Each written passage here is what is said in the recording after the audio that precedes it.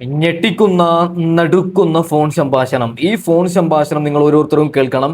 ഇത് കേട്ട് കഴിഞ്ഞാൽ അഖിൽ NRDയുടെ ഭാര്യയും ബസ് കണ്ടക്ടറും തമ്മിൽ 100% പിരിയാനുള്ള കാരണമെന്ത്? ഈ പറയുന്ന അഖിൽ NRDയുടെ ഭാര്യ ഒളിച്ചോടിയതല്ലേ? എല്ലാം ക്ലിയറായി കൃത്യമായിട്ട് നിങ്ങൾക്ക് അറിയാൻ പറ്റും. ഒരു കാര്യം പറയാം, അഖിൽ NRDയുടെ ഭാര്യ ഒളിച്ചോടിയത് സത്യം തന്നെയാണ്. 4 ദിവസമാണ് അനൂപുമായിട്ട് അവര് താമസിച്ചത്. 4 ദിവസത്തിനുള്ളിൽ അത് ബ്രേക്കപ്പ് ആയി. ബ്രേക്കപ്പ് ആവാനുള്ള കാരണം ഈ ഒരു ഫോൺ സംഭാഷണത്തിൽ നിങ്ങൾക്ക് ക്ലിയറായി കൃത്യമായിട്ട് അറിയാൻ പറ്റും. ഒരു കാര്യം ആദ്യം തന്നെ പറയാം, അതായത് ഇത് ബ്രേക്കപ്പ് ആയത് ഇഷ്ടപ്പെട്ടവർ, അഖിൽ NRDക്ക് നീതി കിട്ടിയത് ഇഷ്ടപ്പെട്ട എല്ലാവരും ഒന്ന് ലൈക്ക് ചെയ്യണം, ഒന്ന് സബ്സ്ക്രൈബും കൂടി ചെയ്തേക്കണം, അറിയാൻ വേണ്ടിയിട്ടാണ്.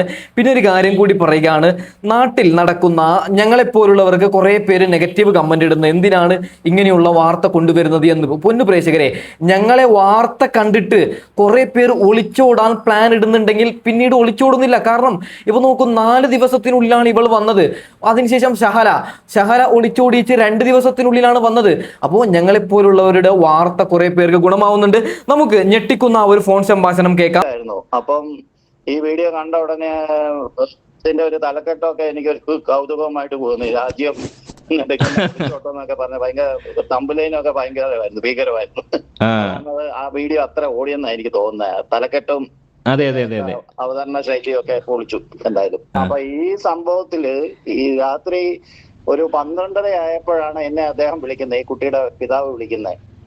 അദ്ദേഹത്തിന്റെ പേര് പത്മകുമാർ എന്നാണ്. അതായത് ഒറിജിനൽ പിതാവ്, രണ്ടാമത്തെ അല്ലേ?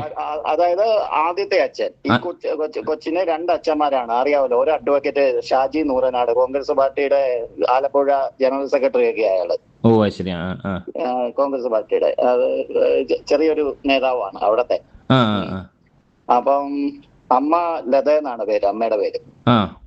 അപ്പൊ ഇവര് ഡിവോഴ്സ് ആയതാണ്. ഫസ്റ്റില് ഇവര് തമ്മിൽ ഒളിച്ചോടിയതല്ല. അതായത് പത്മകുമാർ ഈ കൊച്ചിന്റെ അമ്മയും കൂടെ ജീവിക്കുമ്പോ അവരെ ഒളിച്ചോടിയതല്ല. പക്ഷെ പല ചാനലുകളും ഒളിച്ചോടിയതായിട്ടാ വന്നത്. ഒളിച്ചോടിയതല്ല, ഇവര് മ്യൂച്വൽ ഡിവോഴ്സ് ചെയ്തതാണ്. അങ്ങനെയാണ് ഷാജിയെ കെട്ടുന്നവര്. പിന്നെ ഈ കുട്ടി അവരുടെ കൂടെയാണ് വളർന്നതൊക്കെ, ഈ രണ്ടാനച്ഛന്റെ കീഴിൽ. പിന്നെ അവിടുന്ന് എന്തൊക്കെയോ പ്രശ്നം ഉണ്ടാക്കി ഒന്നാനച്ഛന്റെ വീട്ടിൽ വന്ന് കൊച്ചിന് കുറച്ച് കാര്യങ്ങളൊക്കെ വിഷമമൊക്കെ ആയിട്ട് പുള്ളിയുടെ കൂടെയും നിന്നിട്ടുണ്ട്. കൂടുതലും ഭൂരിഭാഗം നിന്ന ലതയുടെ കൂടെയാണ്. ഇത് ഒന്നാമത്തെ അച്ഛൻ ആള് ഒരു ശുദ്ധനാണ്.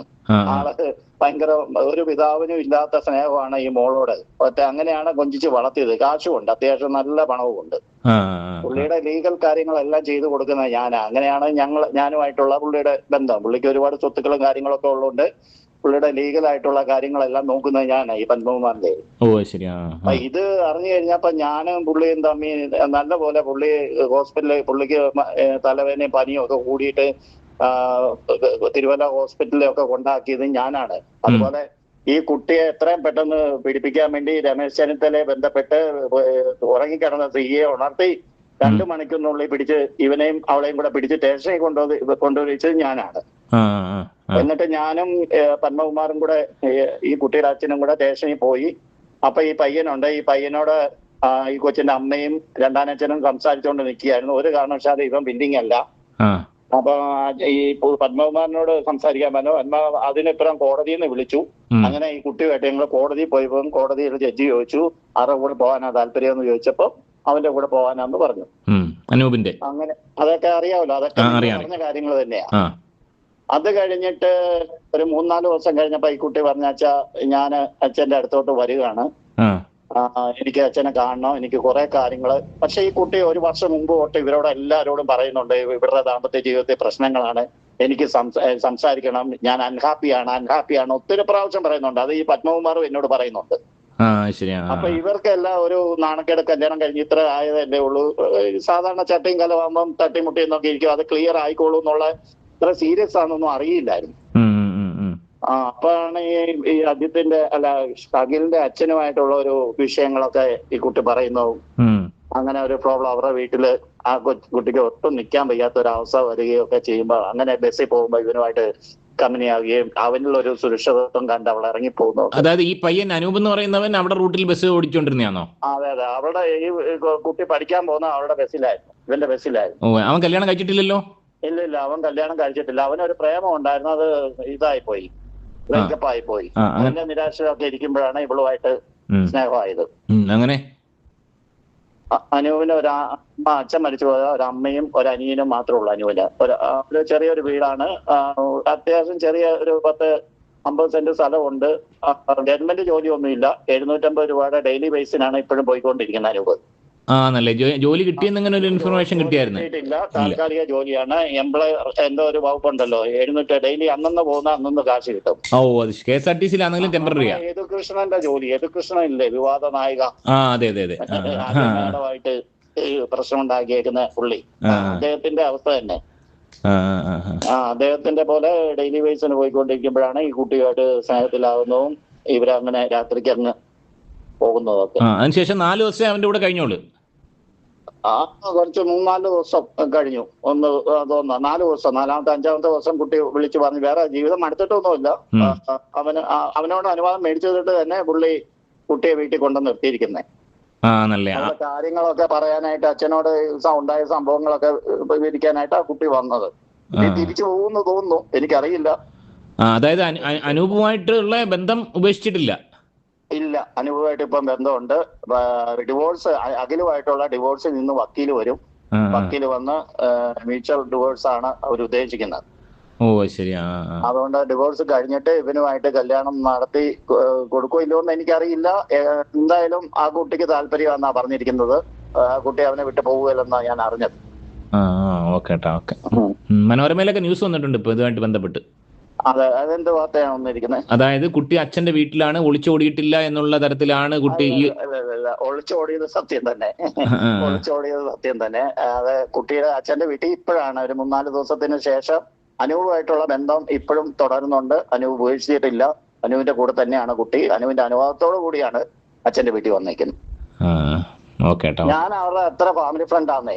ഈ പുള്ളി ഞാനും ചങ്ക് ബന്ധമാണ്. അതുകൊണ്ടാണ് എനിക്ക് എല്ലാ വിവരം അറിയാവുന്നത്. ഈ കുട്ടി ഇന്നലെ 1 മണിക്കൂറോളം എന്നോട് സംസാരിച്ചല്ലോ. കാര്യങ്ങളൊക്കെ ഇത്ര സീരിയസ് ആണ്. ആ കുട്ടിയുടെ ഭാഗത്തും ചെറിയ ന്യായമൊക്കെ ഉണ്ട്. ചെറിയ ന്യായമല്ല. അഖില്, ഞാൻ ഒരൊറ്റ കാര്യം ചോദിച്ചോട്ടോ, ഈ കുട്ടി ഇത്രയും തെറ്റ് ചെയ്തിട്ടുണ്ടെങ്കിൽ എന്തുകൊണ്ട് അഖിൽ ഇവർക്കെതിരെ തിരിയുന്നില്ല? അതേസമയം അഖിൽ എന്തുകൊണ്ട് അവളെ പോലീസ് സ്റ്റേഷനിൽ അങ്ങോട്ടും ഇങ്ങോട്ടും തേജോവധം ചെയ്യലെന്ന് എഴുതി വെപ്പിച്ചു? അത് കാരണം അഖിലിന്റെ പല രഹസ്യങ്ങളും, അഖിലിന്റെ അച്ഛന്റെ പല രഹസ്യങ്ങളും ഇവിടെ പുറത്ത് പറയും. തെളിവ് സഹിതം പുറത്തു വിടുന്നു. അഖിലിന് നന്നായിട്ട് അറിയാം. അതുകൊണ്ടാണ് അങ്ങനെ ഒരു അഗ്രിമെന്റ് വെച്ചിരിക്കുന്നത്. ഇതിനെല്ലാം തെളിവും കാര്യങ്ങളൊക്കെ ഉണ്ട്. അപ്പൊ ഈ വീട്ടിൽ അച്ഛൻ കുട്ടിയാണ് അഖില്. അച്ഛൻ പറയുന്നതിന്റെ അപ്പുറം അഖില് അച്ഛനെ കണ്ട ഉടനെ എഴുന്നേക്കും. അത്ര പേടിയാണ് അച്ഛന്. ഭക്ഷണം കഴിക്കുകയാണെങ്കിലും അവർക്ക് ഒരു ഫ്രീഡവും ഇല്ലെന്നാണ് ഈ കുട്ടി പറയുന്നത്. അച്ഛനാണ് അങ്ങനത്തെ സ്വഭാവം. അഖിലിനോട് പറഞ്ഞിട്ട് അഖിൽ അത് ഒന്ന് ചോദ്യം ചെയ്യുക പോലും ചെയ്തില്ല എന്നുള്ളതാണ് ഈ കുട്ടിയുടെ ദുഃഖം. ഓ അത് ശരിയാ. അതാണ് മെയിൻ വിഷയം. അവർക്കിടെ പ്രശ്നം ഉണ്ടായി. ഈ കുട്ടിയുടെ അച്ഛന് ഈ കുട്ടിയോട് ഇത്ര പക ഉണ്ടാകാൻ കാരണം അത് വീട്ടിൽ നിന്ന് മാറി താമസിക്കാൻ പറഞ്ഞല്ലേ? മെയിൻ വില്ലൻ അച്ഛനാണ്. അഖിലിന്റെ അച്ഛനാണ് മെയിൻ വില്ലൻ. വീട്ടിൽ നിന്ന് മാറി താമസിക്കാൻ പറഞ്ഞല്ലേ? വീട്ടിൽ നിന്ന് താമസിക്കാൻ അഖില് പറഞ്ഞു ഹോസ്റ്റലിലുള്ളൂ, നിന്നെ വേണമെങ്കിൽ ഹോസ്റ്റലിൽ വിട്ടേക്കാം, ഞാൻ വരുന്നില്ല, എന്റെ അച്ഛനും അമ്മയും വിട്ടു ഞാൻ വരികയായിരുന്നു. അത് ന്യായം. ഒരു മകനെ അങ്ങനെ വിളിച്ച ചില മക്കള് അച്ഛനോടും അമ്മയോടും സ്നേഹമുള്ളവർ പോവുകയില്ല. പക്ഷെ ഇങ്ങനെ ഒരു പ്രശ്നവും വന്ന് ഇവർക്ക് അവിടെ ജീവിക്കാൻ മേലാത്ത രീതിയിൽ വന്നപ്പോഴാണ് ഇവള് വേറെ താമസിക്കാന്ന് പറഞ്ഞത്. അത് അഖില് നിരസിച്ചു.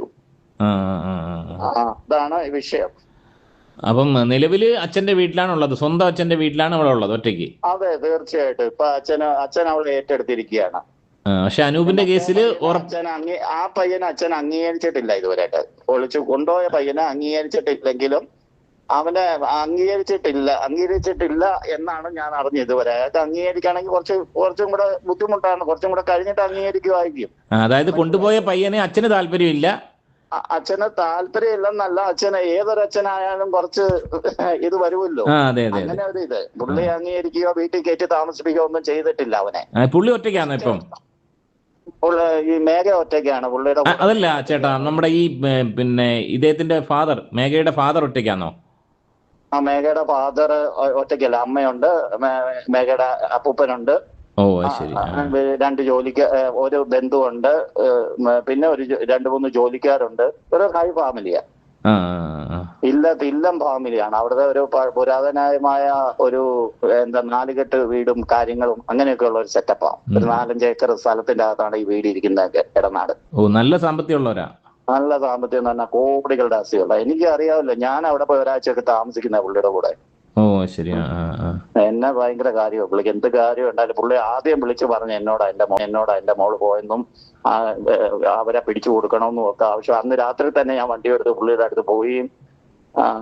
പിറ്റേന്ന് രാവിലെ ഞങ്ങൾ രണ്ടുപേരും സ്റ്റേഷനിൽ പോയത് ഈ പയ്യനുമായിട്ട് സംസാരിക്കുകയും ഒക്കെ ചെയ്തു. കാര്യം ഉണ്ടായില്ല.